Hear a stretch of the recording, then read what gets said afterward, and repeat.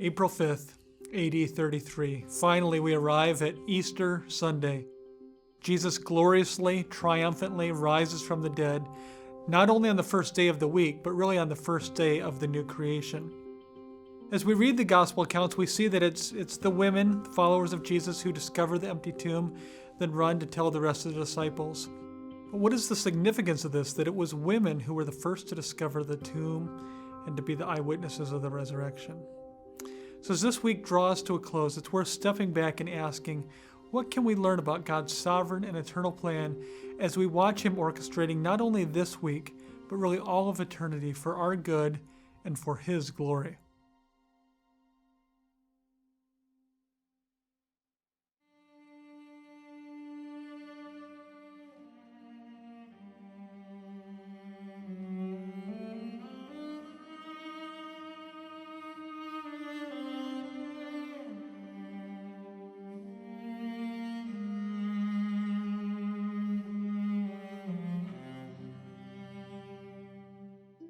The women who observed the location of the tomb, according to the Gospels, planned to return to the tomb on the Sunday to finish the preparation of Jesus' body. This is interesting historically because the testimony of women at that time was not considered very dependable.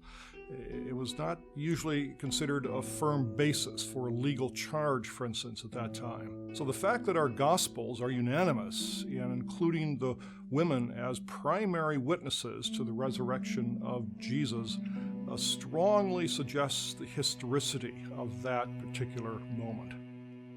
If the Gospel writers had wanted to commend Jesus' resurrection after the fact, they would have made some Roman officials, perhaps, the ones who discovered the empty tomb, or they would have had at least the male disciples be the ones who were the witnesses.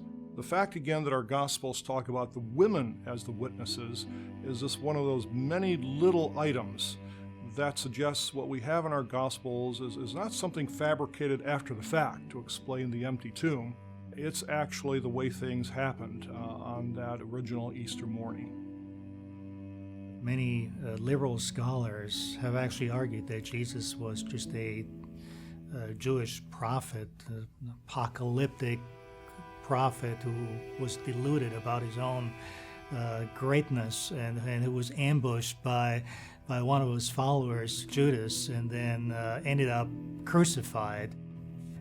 It's probably nowhere clearer than in the Gospel of John, who goes to great lengths to show that everything that happened to Jesus, especially in the final week, happened both according to God's predestined, foreknown plan, and also with the full knowledge of and anticipation of Jesus himself. So I think that's very, very important even for our salvation, ultimately. He was buried and then rose for us according to the Scriptures. It's the culmination point of God's history with His people, and it's also the heart of a gospel.